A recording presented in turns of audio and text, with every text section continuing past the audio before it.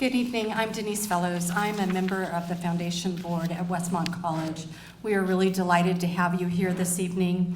The Westmont Foundation Board has been putting on these conversations for over 19 years.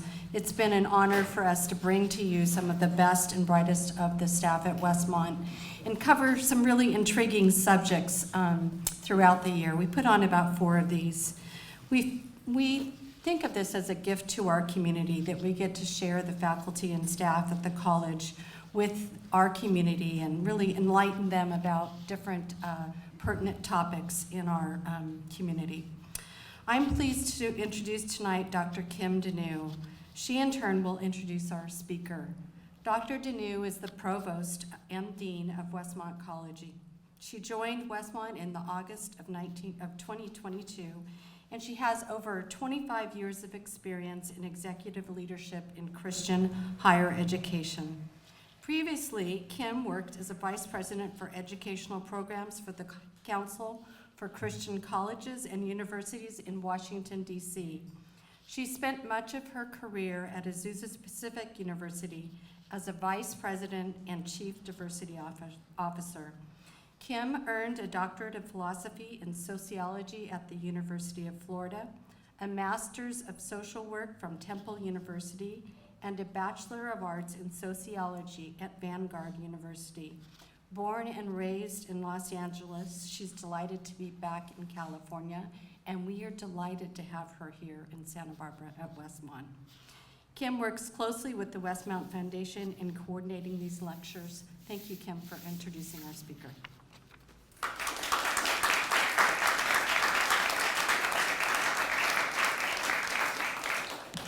Good evening. It is my honor to be here with you this evening and to introduce our speaker. But before I introduce our speaker, please take a minute just to say hello to your neighbor.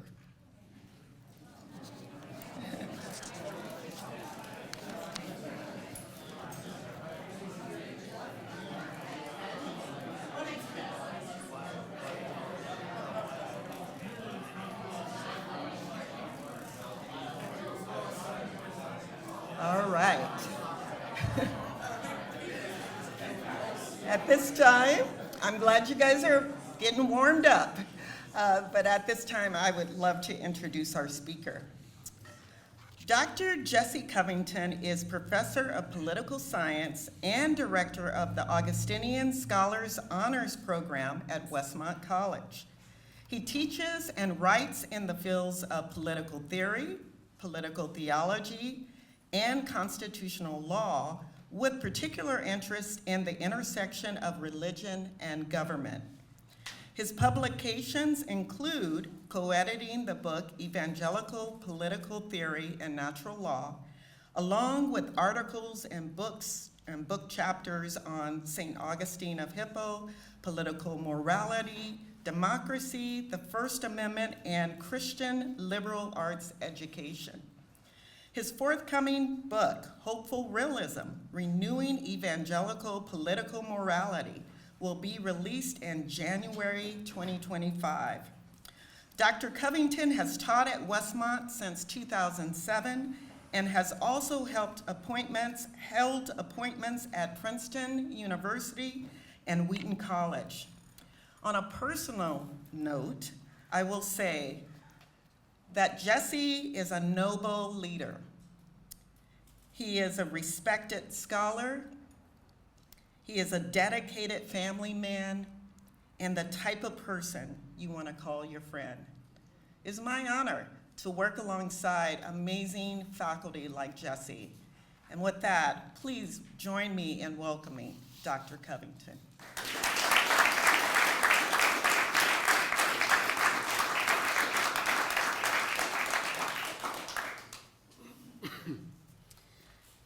Well, thank you, Dr. Deneau, for that undeservedly kind introduction. And thank you for the invitation to be here. And thanks to all of you who decided to be here as well. I'm excited we get to spend some time together this evening. I've long joked that I take the two things that you should not talk about in polite company religion and politics and combine them for my academic interests. But I was reflecting on this, and I was thinking that was probably kind of a safer joke to make 15 years ago, to even 10 years ago, than it is today. Politics is more polarized, it's more vitriolic, and religious divisions are even more stark in the political landscape than they were. So what once was kind of a casual joke now seems like it might be a little risky to make. Nevertheless, I got into this because I think this stuff is important, and I'm still going to talk about it. But my hope here is that we can have a meaningful exchange, that where we all assume goodwill about other people in the room, and where the goal is to learn. We don't all have to agree at the end, and that's a good thing. I'm glad we won't. But my hope is that we can think better as a result of first my remarks and then the conversation we get to have afterwards. Now, I will also say, before I say a little bit about what we'll be talking about tonight, I care passionately about this stuff.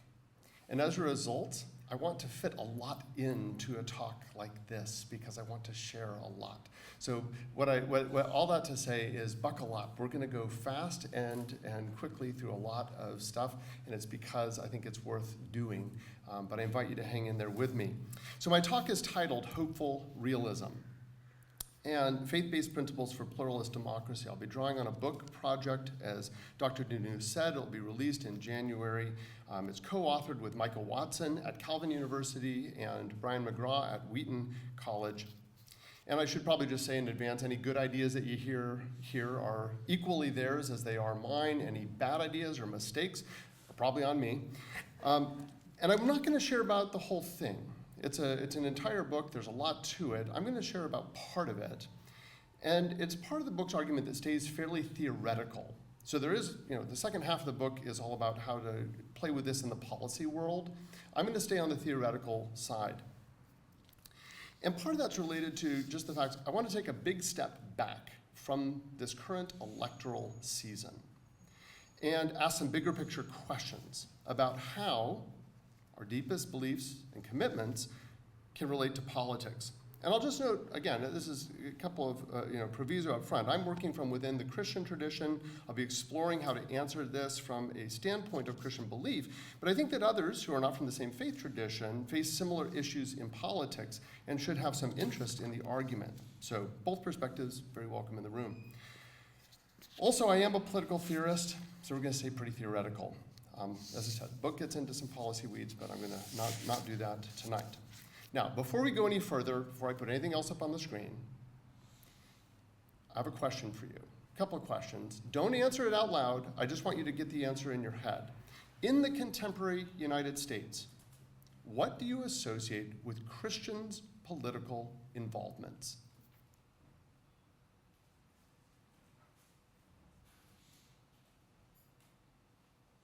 How are things going? A little more pointedly, what's the state of the moral witness of Christians in U.S. politics? Okay, my guess is there are a whole lot of different answers in the room, but I would also guess that a number of them suggest there's room for improvement. Thanks for laughing. We've got to go through some bad news before we get to some good news. This is hopeful realism, but we've got to set up the problems that we're going to try to solve before we go further. So, very quickly, I'm going to be mapping out three problems. The three problems are incivility and hostility, flawed moral witness to that question, and a tension between morality and democratic politics. So let me just briefly walk through the three problems. So the first problem is incivility and hostility. I think we can agree political discourse is a bit of a mess. I won't bother with examples. You can think of them yourself, and they are not worth repeating in most cases. They're hurtful, they're unpleasant, they're discouraging. And the politics of suspicion, of blame, of enmity, of scorn, and dehumanization has really become normal. They fill our news commentaries, they fill our social media feeds, and they fill our casual conversations. Now, we don't talk a whole lot about incivility in the book, nor am I going to talk a whole lot about it this evening. Others have done a really good job of cataloging this, diagnosing it, talking about its causes, and giving some pathways out. Nevertheless, I feel like I can't even go further without naming it as a problem. It is a problem. It has a powerful allure, too. I understand the draw. I've fallen into that trap myself at times.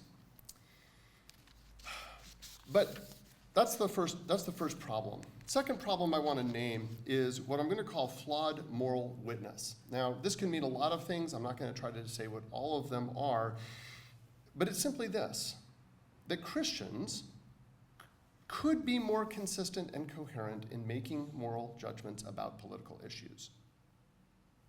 Christians have a confused moral witness. I'll tell a brief story. I met with a student not long ago who had been raised in a Christian home with thoughtful, well-educated parents. He was getting ready to vote for the very first time. And it suddenly occurred to him, does my faith matter for what I do when I cast a ballot? He just never thought about it before. So he asked his parents. The thing is, he got very different answers from each of his parents. One parent said, well, of course your faith has to influence your voting. Take it with you when you cast your ballot. And the other parent said, well, of course not. You can't impose your beliefs about the world on people who disagree. And then he came to me and said, tiebreaker. This story reflects, I think, some of the confusion that Christians can have about the relation of morality to politics. And we're going to come back to part of the dilemma that he cast in a minute. But on a larger scale, Christians in the U.S. have a pretty poor track record of consistency on questions of political morality. That is, they've often switched their positions on issues, and we've often held positions that are contrary, in tension with each other across issues. I'm going to go to history for a couple of examples. I have some contemporary examples, but they're too close to sounding like they're related to politics right now, so I'm going to avoid them. Trust me, they're there.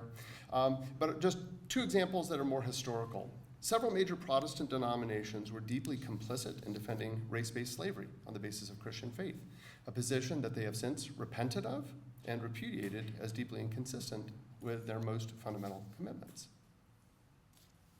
Likewise, many Christians would now consider the sanctity of life a political non-negotiable, but it was not always the case. Immediately after Roe versus Wade was decided, it received measured approval from a number of Protestant groups, though most of these have since changed their stance. Like I said, there are lots more examples of much more recent kind of quick changes, and but I won't get into those. These and other situations suggest Christian moral judgments in politics are, at times, not clearly consistent, not clearly coherent, open to charges of being made on an ad hoc basis. I think this is in part the same challenge facing the student that I met with, where thoughtful Christian parents had very little clarity on even how to do this, let alone what to do on particular issues.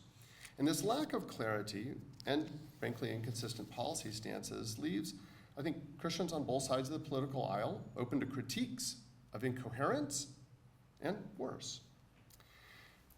I think there's a clear need for a better moral framework that can provide meaningful guidance and increased coherence. So that's the second problem, flawed moral witness. The third problem, this is where we're going to get to by the end of our time this evening.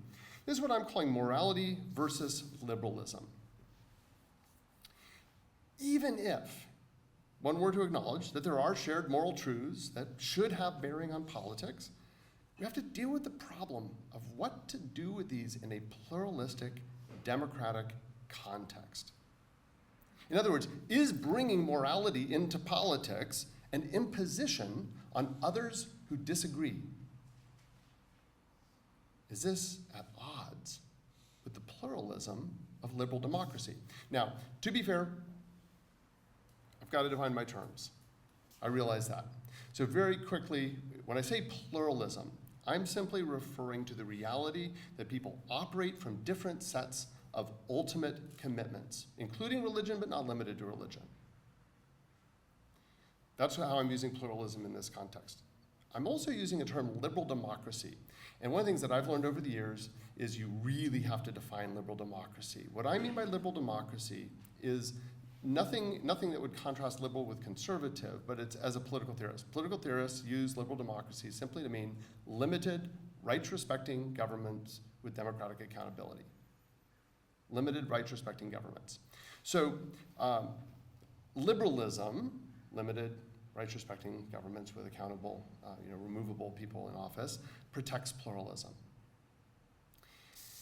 That's the rights-respecting part. Now, to the tension between morality and liberalism. Some people openly argue that applying consistent, coherent, moral frameworks to politics is inconsistent with political liberalism.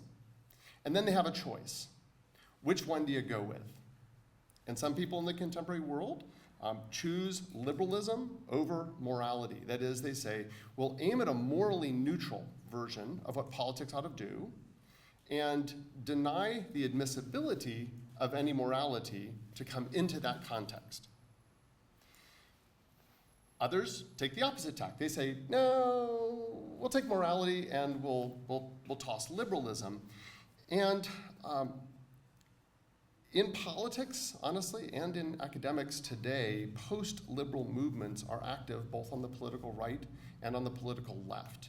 On the right, these look like a variety of kind of authoritarian states, often associated with different types of nationalism, both internationally and at home. And on the left, this often looks like setting aside liberal norms in favor of certain types of equitable outcomes across a wide variety of possibilities. But to the extent that they reject liberalism is why I would refer to them as post-liberal.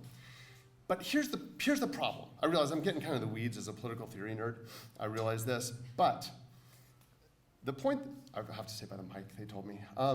The point that I'm trying to make is that many people see morality and liberalism as incompatible.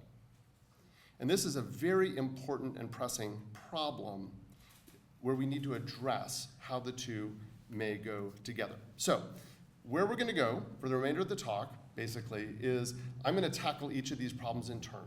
We're going to take the first one very briefly, and then we'll take more time on the second and the third. Remember I told you to buckle up? Here we go. All right, the first problem, which is the problem of incivility and hostility, is really, I think, remedied by various approaches to civil discourse. And like I told you, I'm not going to spend a lot of time here. Incivility and hostility are major problems, but they're not so much an intellectual puzzle that we need to solve. We know what's wrong, and we should do better. So I want to state unequivocally, just for how it operates in here. At the end of the day, you do not need to agree with me for us to respect each other, be kind to each other, both in the room and outside the room. And the same is true for politics. We don't have to agree to treat each other with respect. In fact, I'll just say this. Our refusal to sink into hostility is itself an important political act. One of the things that I often tell my students is that the alternative to persuasion in politics is coercion. And so every time we invest our energies into civil persuasion, we're taking a step away from political violence. And so there's actually, I think, a lot at stake in this. But that's most of what I want to say about this matter for the moment. Deep down, we do know how to treat each other.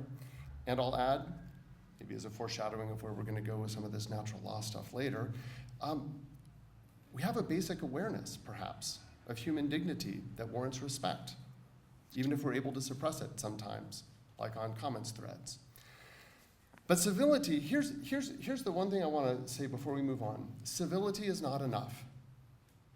Civility is not enough.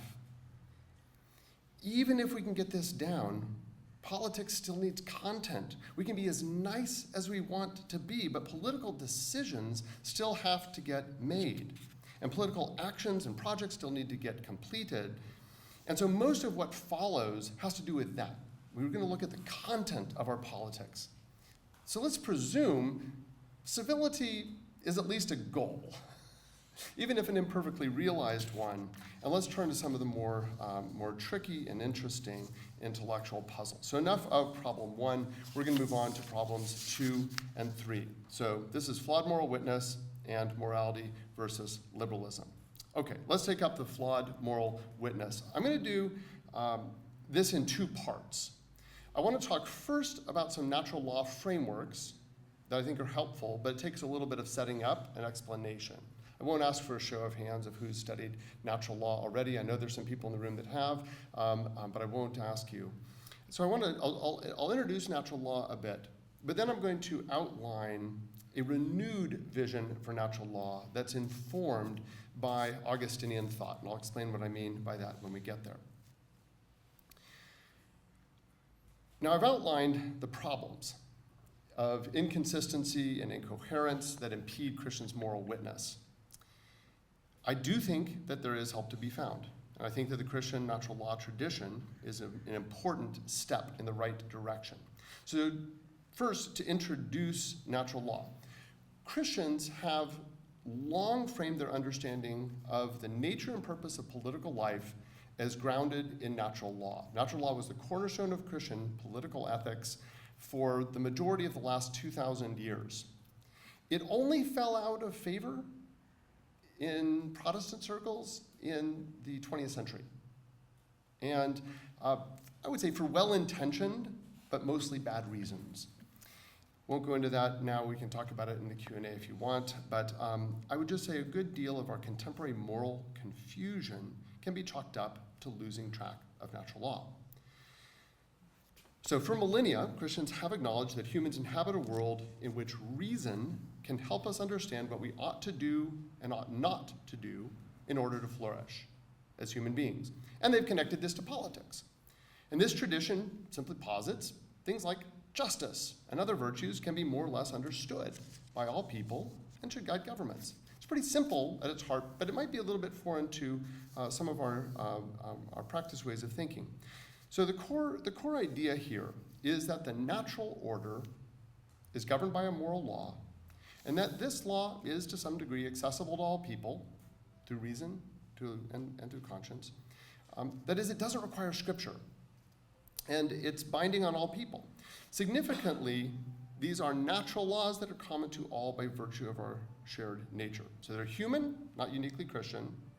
They're unlike divine instructions that are given just for fellow believers, right? So this is unlike go evangelize people, be baptized, tithe, worship on Sunday, or something like that, right? These are different from instructions given to the believing community. In contrast, natural moral law applies to everyone. This is a side note, but the distinction between those two, between instructions for like the worshiping, like people who are co-religionists, and natural law, is essential for avoiding some of the horrible pitfalls of Christian nationalism. So if you've heard some things about Christian nationalism and you want to avoid them, this is really important as a distinction. It's a sidebar, but you can put a bookmark in it if you're interested. But natural norms, I'll just say, sometimes are foreign to some of our usual channels of thinking. You might be skeptical of the extent to which human goods leading to flourishing can be discerned by reason.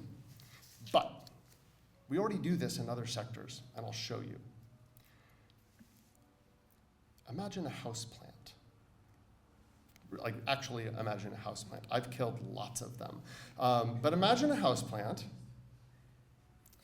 Given what kind of a thing a plant is, by thinking about certain things, I think we can recognize, we can determine what's good for it, and we can assess its needs. Take the color of a plant into account. Its growth. Is it flowering, if it's a flowering thing? Is it producing seeds? All of these are marks of getting good sunlight, getting good water, having sufficient drainage, being adequately fertilized. Well, we're reasoning from, I would say, what sort of a thing a plant is to determine how does it flourish and what could we do to make it flourish more. Let me take it on a slightly bigger scale than just a plant. Our reasoning around environmental care relies fundamentally on natural law reasoning.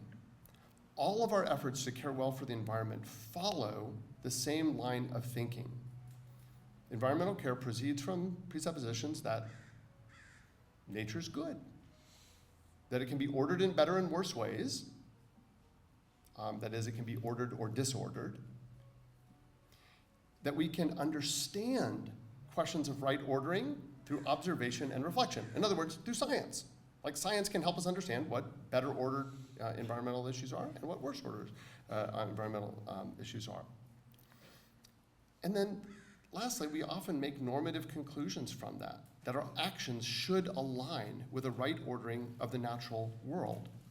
We can and should seek its flourishing, right? So environmental care is using, I would say, exactly what natural law reasoning says we might be able to do about human beings and doing it with other things. Now, with human beings, natural law does the same thing. It says human beings are a good part of the natural order, like a plant. Yeah, please don't walk away and quote me and said, Covington said that humans are basically plants. That's for you, students. That our actions and relations can be better and worse. In other words, they can be more or less consistent with our flourishing, and that we can better understand the right ordering of our actions and relations through reflection, use of our rational capacity, right? And then there's sort of the ought or the moral component at the end, which is to say our choices and actions should align with right ordering or flourishing. It's exactly the same kind of reasoning that we just did with environmental care, just applied to humans.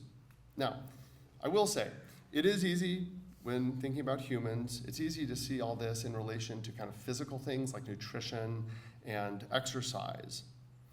But if we think that humans are more than just our bodies, then we have to account for those factors as well. And actually our society does. Take mandatory schooling for young people. Mandatory schooling assumes that we're rational and moral beings at some level, and that those need to be cultivated during youth.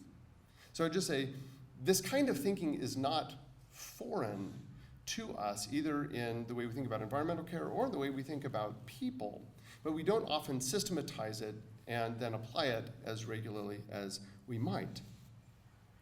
Now, you might be wondering, what's at stake, right? I'm introducing natural law, sounds fine, a little nerdy, but okay, what's at stake?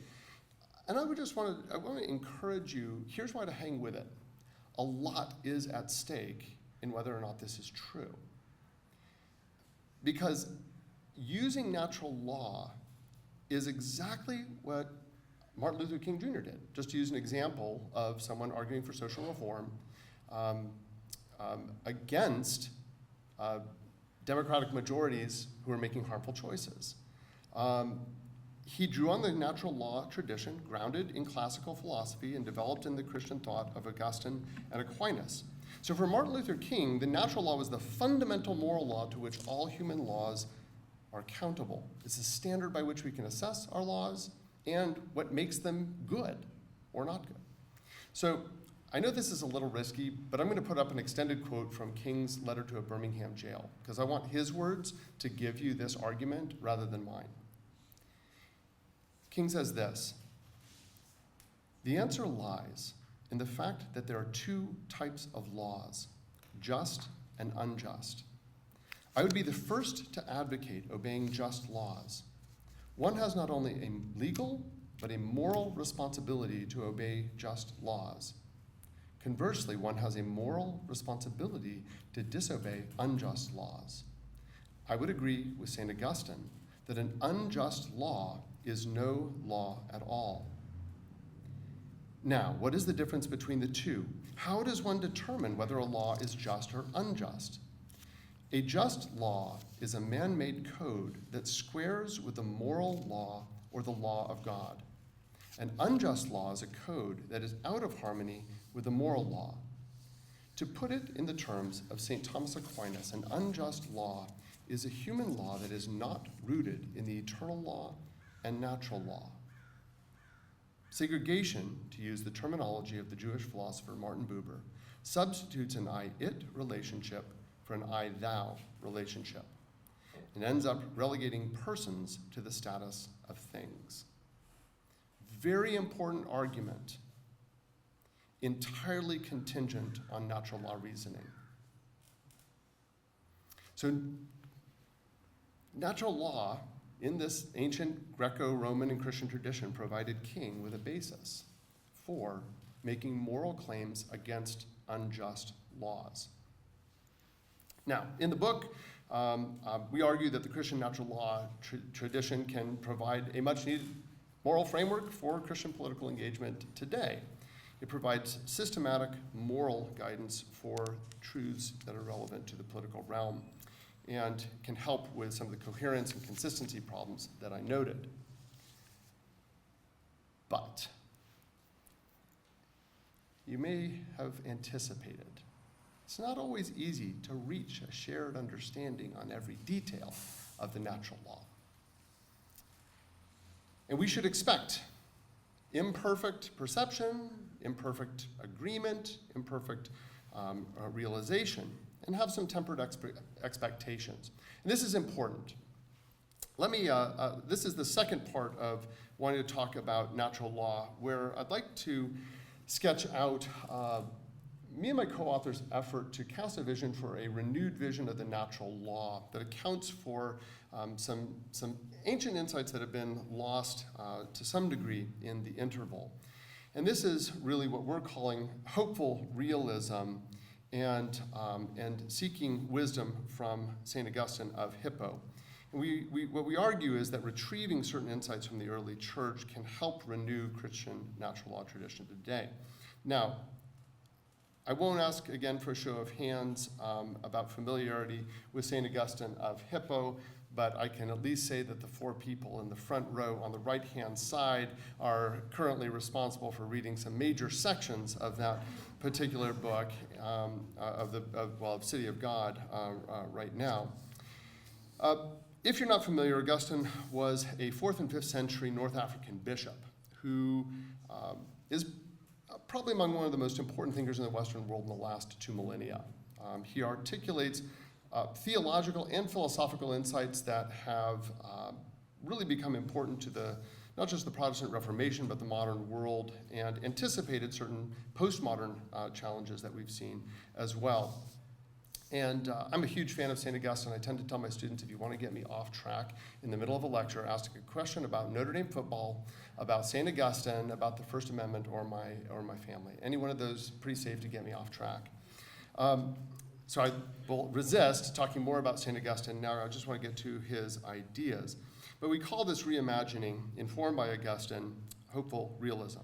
So I'm going to talk about the hopeful part. I'm going to talk about the realistic part. Here's the hopeful part, and this is the part that's most consistent with the natural law tradition as I've articulated it so far. So some of this should sound kind of familiar. The hopeful part is that there are goods of human flourishing that Augustine described in terms of what he calls earthly peace that are common to everyone. And I won't give you the whole list, but this is kind of like the list of things that a houseplant needs, except for humans. And he puts these in terms of, as I said, the kind of under the heading of earthly peace. But they're grounded in the order of nature. They're true for all people. And very briefly, these include physical goods, like bodily health, integrity, well-being. All these are fundamental to humans' ability to enjoy and move and act in the world. They include rational goods. And the idea of just rational goods is that human flourishing is tied up in our capacity to cultivate and use our minds and to make choices about our ends. Speaking of choices, third category of goods is volitional goods. These are goods of choice. And this just says human flourishing includes certain exercise of will and agency. That's part of what it means to be human. Most of our contemporary ideas of freedom are rooted in something like this. And then lastly, relational goods.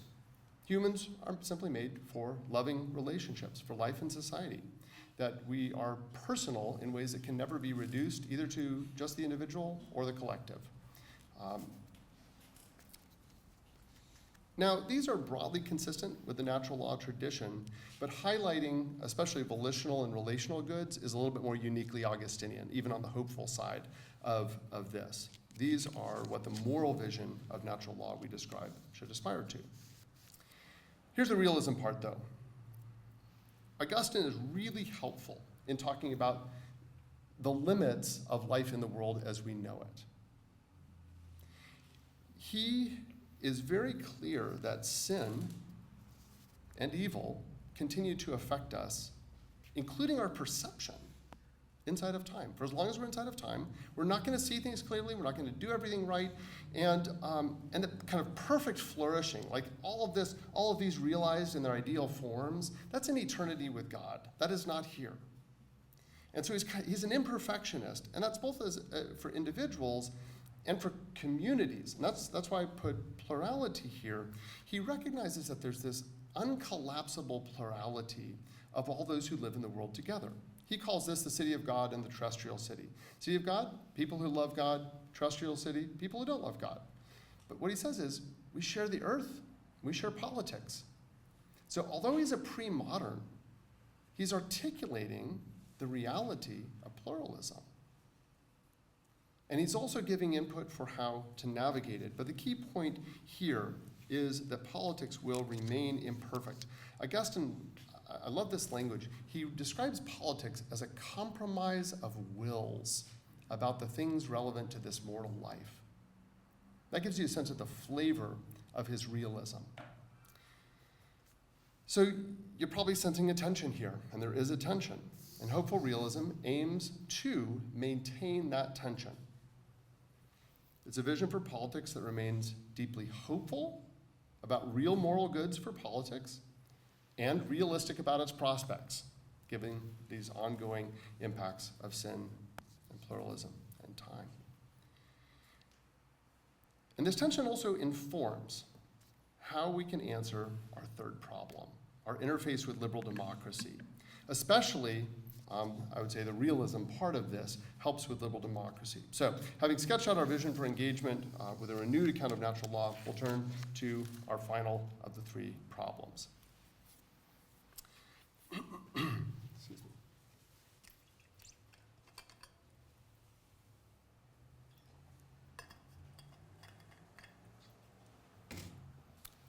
All right. So, our last problem is morality versus liberalism. If you say, yep, there are moral frameworks that we should bring into the political world, you have to deal with the challenge of, is that counter to liberalism? And do you have to choose at the end of the day? So, can the two be reconciled? In the book, we argue that they can. Shocker, I know. The way we try to articulate this is that we think four principles flow from our renewed account of natural law and our reading of key voices from the tradition, especially Augustine, and that these principles fit within the broader Christian natural law tradition, but they provide guidance for how to bring moral commitments into politics in ways that actually work with liberal democracy. So, if we agree, which I hope many of us do, although, as I said, no one has to agree, if we agree with King that laws must be measured against the moral standards of natural law, do we just assume we're right and compel others to comply? It sounds risky and it sounds potentially illiberal. Our goal here is to articulate principles that can guide this in a way that is not imposing on others, but account for differences in a pluralistic context. Within certain parameters. We ask if any policy does it respect all four principles, because you can't take any one of these on its own. Here we go. Four principles. One, the first is common good and civic friendship. This just simply recognizes our shared human nature means that earthly peace and governments should seek all the goods that lead to human flourishing for all. These are good for all, they're common, even if they're not good, perhaps in an ultimate or religious sense. And these can and should guide the substantive ends at which even a liberal democracy aims. And we can treat others in the same context, even if they don't agree on the ultimate questions, as our civic friends. And I would say liberal democracy needs this kind of guidance in order to remain grounded in the natural moral order and not be directed only by the momentary will of the majority. This is how King used it. Majorities need moral witness. So the first principle is common good and civic friendship. Second, these are a mouthful, but I'm a professor, I like mouthfuls. Confessional pluralism and religious liberty. Human communities, as Augustine saw very clearly, even in his time, are marked by this plurality, this difference of ultimate commitments inside of time. Both exist within the same political contexts. And no community, no political community, can eliminate one or the other. That is, the city of God can't get rid of the terrestrial city, and the terrestrial city can't get rid of the city of God. So put differently, the political community and the church community cannot ever be conflated. And we cannot ever mistake one for the other. So confessional pluralism just means people get to hold different religious beliefs that are not up to the judgment of the state. And that just requires things like differentiating church and state and protecting the exercise of religious liberty. It's very important for liberal democratic orders and is a key tenet of hopeful realism. Third, restraint and liberty. Remember, the hard part is you have to hold all four at the same time on any given policy. That's where it starts to get interesting. Right? Okay, restraint and liberty. Volitional goods, as we articulated earlier in our kind of list of what human houseplants need, volitional goods or goods of choice describe a key aspect of what it means to be human. We exercise human agency, and this should be protected and maintained by government. It can't be made absolute, right? Autonomy can't be absolute in any context. We have to deal with the other things as well. But neither can it be ignored. Liberty must be a key political value. Otherwise, we're trying to turn people into robots, which is something different from what they are. So liberty is a key political value. But the other side of the coin is restraint. Augustine is deeply concerned about the human capacity for evil. And one of the ways that he's really worried about this is when evil is married to power. He calls this the libido dominandi, the lust for domination. And he thinks it's incredibly powerful and incredibly dangerous. And so the principle of restraint, which is the corollary to liberty, is governments of basically concentrated power is never going to be safe. Therefore, governments of limited powers exercised with accountability is essential. So restraint and liberty suggests limited government, deference to liberty remains important because of what kind of beings we are and the dangers of moral evil. Fourth and finally, democracy and decentralization. And I should acknowledge, I feel like I have to say this because there are multiple people in the room who have read Augustine or who are going to read it with me. We're going further than he does, right? We're extending some of his ideas. He doesn't say all of these things himself. It's particularly clear in what I'm about to say, but it also has been true in some of the things I've said so far. These are extensions of Augustinian thought. But citizen participation in government, what we mean by democracy in this context, is important to respecting human agency, that volitional good that we were talking about. And so we need to have a principle of democracy, and decentralization might seem a little bit less obvious, but the idea here is that decentralization aims to keep thicker decisions closer to smaller subcommunities. Thicker just simply means it has it reflects more substantive conceptions of the human good. This has a lot in common for those who know something about the Catholic principle of subsidiarity. There's a lot in common with it, but not totally in common. Part of the reason why this is part of Augustine's thought is that he really believes that communities are defined by what the shared loves are within a community. And the bigger the community, the more diverse the loves are going to be, so the thinner they're going to be. And the smaller the community, the thicker and more substantive those loves are going to be. And so if kind of like what a community loves is most important, then we can derive from that a principle of decentralization. So democratic participation and decentralized government structures are important facets to prioritize. Okay, so these are the 4 principles which, considering any particular political issue, you want to hold at the same time. It's complex, but it's actually how you can avoid some of the worst abuses that we see in politics, where you pick one thing and say, hey, this is a good, and then you start to let some of these drop off the radar. So, maybe I'll come back to this in, I'll just say this very quickly. What I've been describing to you is basically parts of chapters 2 and 3 of the book. Chapter 4 maps out kind of how to do this. How do you operationalize it in order to move into policy? And then the whole second half of the book is trying it on in different policy areas. Not because we think it's formulaic. It's not formulaic. These are just guides to judgments, and humans have to make responsible moral judgments. There's nothing like an algorithm about this. You can't give this to ChatGPT, plug in an issue, and say, tell me what the right answer is. These are moral judgments that take particular conditions into account. Augustine and Aquinas are actually both really famous for maintaining the legality of some things that we would agree are pretty badly immoral. But they were aware, in this context, were you to try to stop that, it would actually cause all kinds of unintended consequences and cause more harm than good. So, in a sense, you have to let that continue. So this isn't formulaic. It depends a lot on context.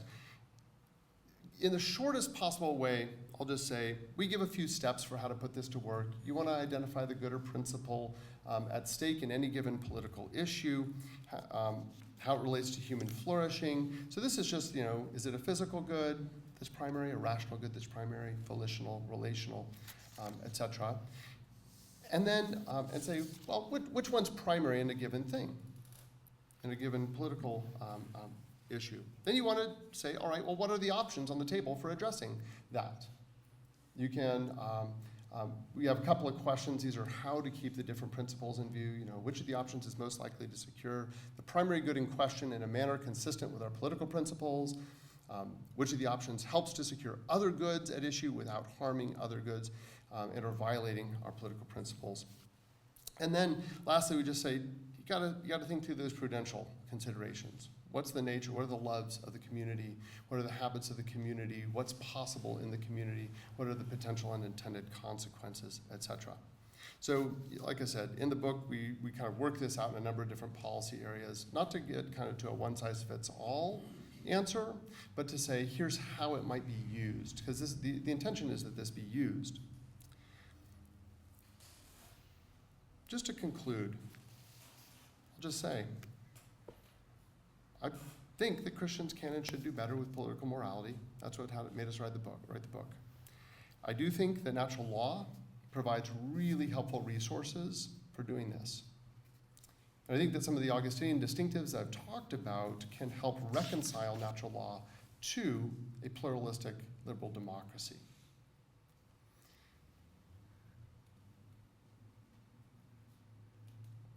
The significance of this, at the end of the day, I think, is that we can provide vital moral guidance in a democratic context. The bare will of the majority is not the only measure for law. In other words, King was right. So were his intellectual influences. And such a framework aids in creating consistent, coherent guidance, and it's much needed. And I will say, acknowledging this does not automatically lead to specific policies. These need not be just imposed on a pluralistic population. Instead, the principles give guidance for how to pursue moral goods, pathways that respect important goods of liberal democracy, liberty, restraint, etc. So the grounding of the moral law in the natural order and access by reason provides a basis for persuasion as well, rather than coercion. Provides a framework through which we can talk with each other, argue with each other, hopefully convince each other which, as I said, is an important good in a democratic context. It's the only alternative we have to coercion. This doesn't mean we'll all agree, but I think we can make some progress, and that's why it's hopeful. So I invite you, if you're interested, read the book. We wrote it in hopes of equipping, however incrementally, Christians toward the common good in the pluralistic context of the United States.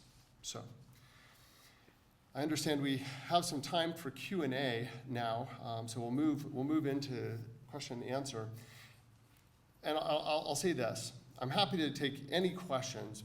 When I was a kid, my dad always told my sister and me, between me and my brother Dale, we know everything there is to know in the world. So you can ask me anything, and either I know the answer or Dale knows the answer.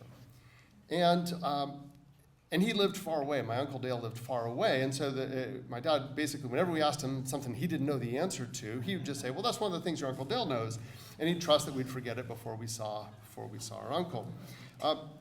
One of the benefits of having co-authored a book with remote co-authors is that if you pull out some tough question that I don't know how to answer, I'm just going to plead the expertise of one of my co-authors who's just really, really better on that particular issue. Yeah, I'd love to throw it open for questions, even while I get a drink. Thanks for hanging in there with me, by the way. I told you I was going to jam a lot in, and I did, so thanks for hanging in. Question? How